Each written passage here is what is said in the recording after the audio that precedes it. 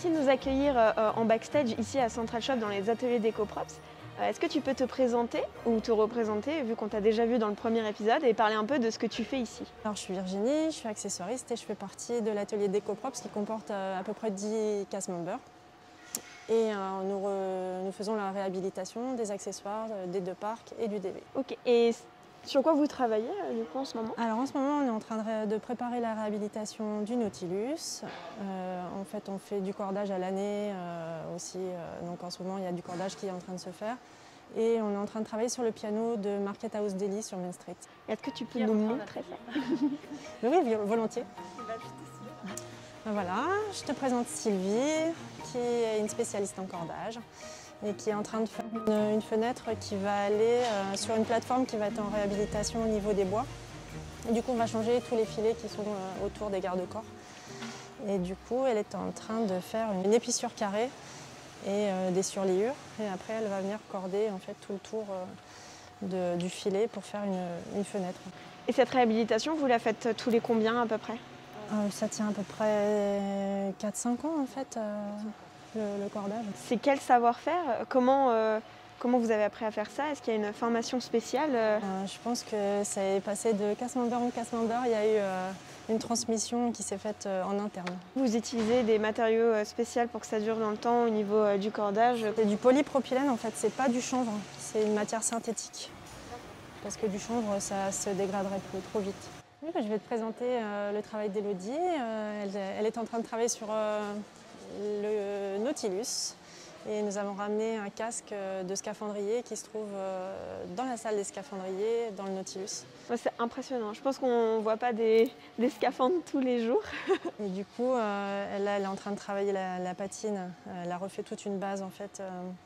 Elle a repris la peinture de la base jusqu'à la peinture, jusqu'aux patines en fait. Moi, ça fait 15 ans que je suis là et c'est la première fois que je le vois rentrer en atelier. Sinon, les retouches sont faites sur place et c'est rarement démonté. Et sur quoi vous vous basez pour faire ces réhabilitations? Est-ce que vous avez de la documentation pour vous aider à savoir à quoi ça doit ressembler à la fin? Oui, on a la documentation de WDI. Pour ce cas-là, en fait, vu que c'est aussi tiré d'un film, on a la base du film en fait, qui est sur Disney+. Qui est, 20 milieux sous les mers. Oui, c'est ça. Enchantée de te rencontrer, Élodie. C'est super impressionnant ton travail. Est-ce que tu peux nous parler de ce que tu fais quotidiennement ici à Central Shop et du coup ce que tu fais concrètement là sur ce scaphandre, ce que tu as déjà fait, ce qui reste à faire? J'ai démonté des éléments de décor comme le casque, le pistolet et les bouteilles de plongée. Donc il n'y avait plus du tout de petites tiges. Du coup, j'ai recréé tous ces éléments-là. On a retrouvé cet élément sur place et en fait, c'est un cache qui va là. Et pour le coup, il en manque un de l'autre côté.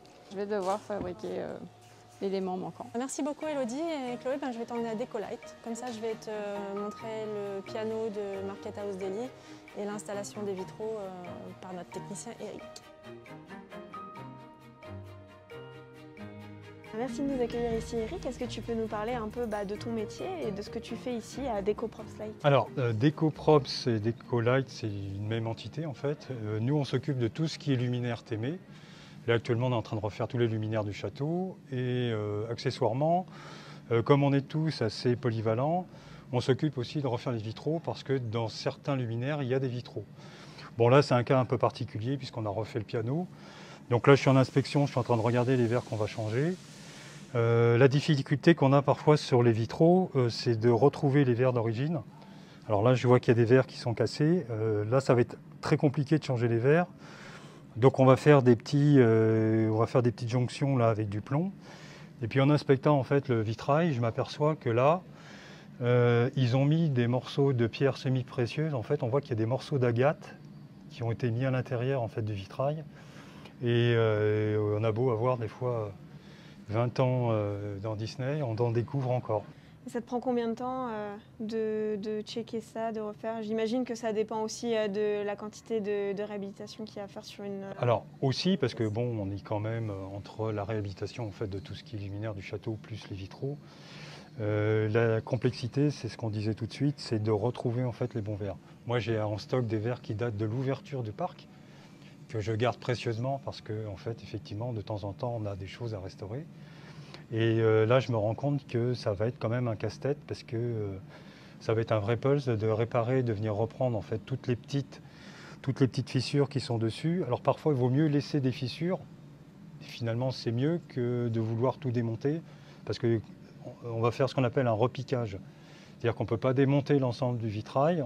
C'est un terme technique en fait, qu'on utilise lorsqu'on fait des vitraux. En fait, on vient sortir le morceau de verre d'ici, délicatement, proprement, pour essayer d'aller remettre ici peut-être une petite jonction entre les deux.